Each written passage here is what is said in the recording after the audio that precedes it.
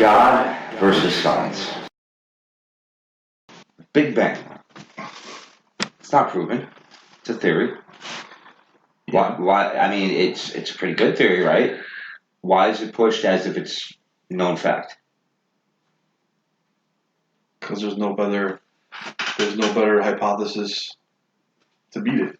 Sure, but it's still a hypothesis, right? Yeah.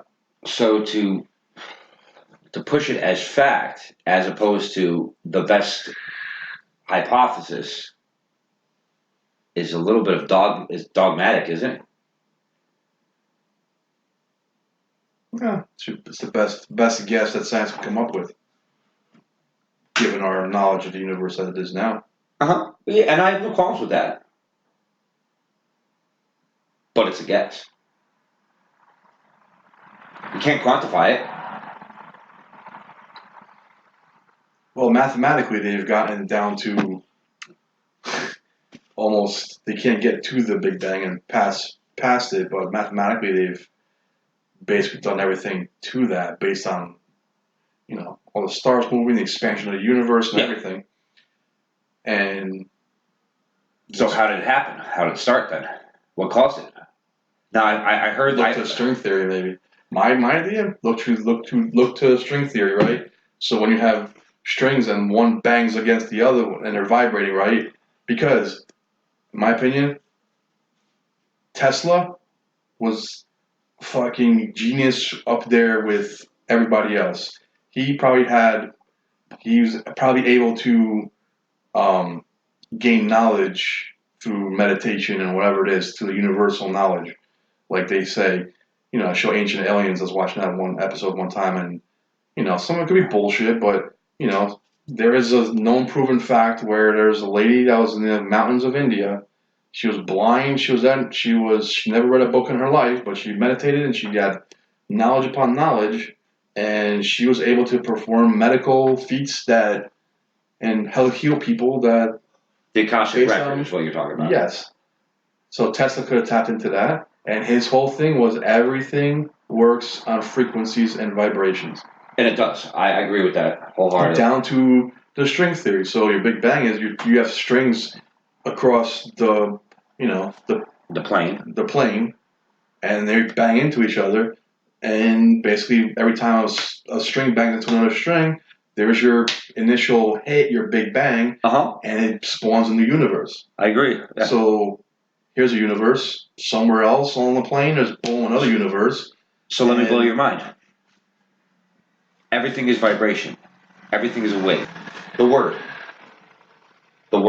How did God breathe existence into reality? The word. What is a word? If not a frequency? Yes, it's a vibration of air. Spoken word. So it's an allegorical, scientific mention. Yes. And basically, if you want to get religious on this shit, everything that's in like the Torah, the Quran, the Bible, all those books, there's stories made up to explain what truly happened. Exactly. They're stories. They're allegories to put into common mind. Mm-hmm. Which is why I wanted to bring it up, because it started with the word. It started with vibration. Yeah. It started with sound. So basically, that's it. That's what it is. It's just stories. And as collective human knowledge, people get more advanced and collective knowledge. They've moved from the stories, the myths, from to scientific revelations thousands of years ago to, oh well, we can prove this mathematically. Mathematics is a universal language. Absolutely. Whether Chinese, Buddhists, Canadian, French, American. But does our mathematics work in other universes?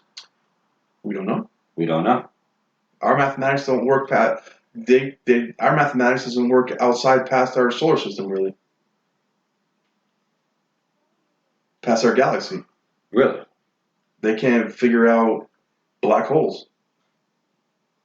And what is a black hole? Black hole is just like you have harmonics. My thing is, like, when you hit a when you have a string on an instrument and you hit that harmonic, right? Uh-huh. You know, when you ram all the strings, you know, and they bang into each other on a guitar really hard, that's your big bang. A black hole is the harmonic. If you think about it, you take the string and something in that spot in the universe, in our universe, is pushing from somewhere else, and it's creating a harmonic in that, and it's creating that black hole, and basically it's a void here, but it's massive energy coming out on the other side. Yeah. And we see that too with pulsars and everything else. So, you know, that's why why did the government, when he died, why did they go and take up all this stuff? And then they said they sent it to his family, but his family's like, we never received anything. Sure. Yeah. Got lost in the mail. Oh, of course, because, you know, the Postal Service is stellar. You know, that's why if you look at, like, religion, all the stories, just like movies nowadays, you have, like, a cookie-cutter thing for, like, an action movie, where, like, certain cool things happen in it, you know, their own twist, but the story is the same. Mm-hmm. You go back to, you know, the Greek gods, Greek mythology. Okay, there's multiple gods. Okay, fine. You know, so how is it different? You know, from what the Egyptians had. Well, how is it different from, you know, the Egyptians worship Ra? You know, the story of Ra is very similar to the story of Jesus, similar to the story of Muhammad, which is it's just retelling the same story with different to explain groups. the people in that area, that area in that time. You know, the Great Flood. Did the Great Flood happen? Well, yeah, we've proven that there's been an ice age, so somewhere that ice has to melt. Yeah. So therefore, that ice melted. Did it melt as quickly as they said? Well, if there was some sort of solar anomaly or something happened, yeah, maybe you could melt it in like 40 days. Or maybe 40 days were not our measurement of days. Maybe that's 4,000 years. Maybe. Who knows? The story is there, but, you know, it's an explanation of what happened. There's always a kernel of truth in these stories, because what they're trying to describe is something beyond the story itself. Yeah. That's how good stories are yarned, you know. Yeah, that's why, like, I don't know. I've lost religion because of that. Yeah, religion is kind of but spirituality isn't lost on me. No, that's separate. You know, religion is like rules, and, like, you know, I don't know the point. Points that to me too. You know, it's like, what does me going to church on a Sunday have to do, and going up and doing all these things, standing, kneeling, in a process? What does that do? That's only there for discipline. That's all that's for. Because, you know, because we're basically one hair away from being fucking orangutans. if you say God is benevolent, malevolent, not benevolent. You know. Well, God has to be all things. It's ridiculous. It's like, what is God? God is just everything connected. I would look at it as the frequency in which the universe expands would be God, because that's all knowing, all powerful. If you want to go crazy, Lucas explained it the best, actually. God is the force. Yeah, exactly. You know, and I guarantee you, I wish we could fast forward 1,000 years into the future. Guess what's going to be its own religion? It's already started. It already is. Jedi is already a religion. There's a few thousand Jedis. So you're telling me that those 1,000, 2,000 fools in 1,000 years are not going to have their own major, like the fourth major religion or fifth? Exactly. And in 1,000 years, you're not going to know what the fuck happened to make that happen. Yeah. They're going to see, like, visual clips of, you know, Vader as the Satan, the equivalent of Satan, and Obi-Wan as Jesus. You know, like, the Star Wars story is the same. It's a fucking Westerns. Westerns, everything. Who knows? It's really hilarious. Yeah, just something to think Just about. Tesla was on. He was onto something. Oh, absolutely. Can't be giving away that stuff for free, though. Can't be empowering men. Can't. Prometheus must have his liver fucking.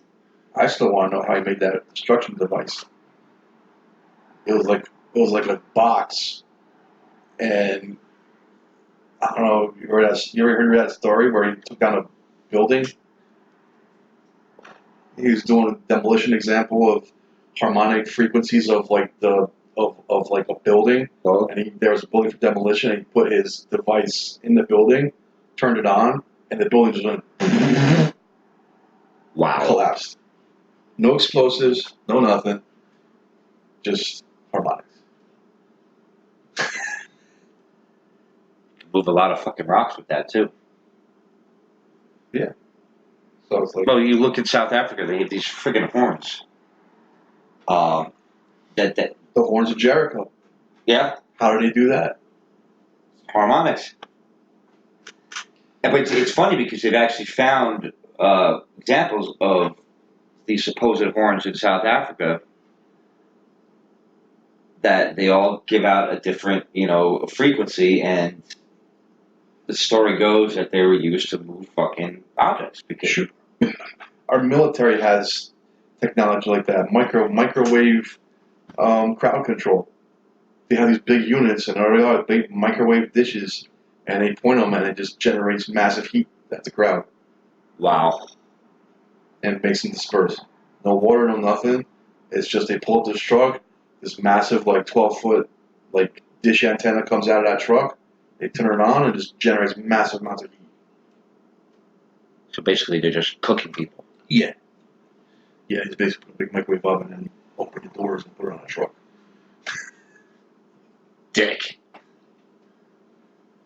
Dick move. Hey, we're just gonna cook you. I mean, but at that distance, it's just warm heat. yeah, but But it's still it's use of frequencies in offensive fashion. Offensive frequencies. That's a great name for a fucking band. Right? Offensive frequencies. That is good. Offensive frequency. Sure isn't a band by that name already? Probably is. Probably like 5 of them already. There's like 30 MDMGs. But none of them are Monster das Mamas Grandes. The Big Titty Monster. How do you beat? You can't beat the Big Titty Monster. The Big Titty Monster.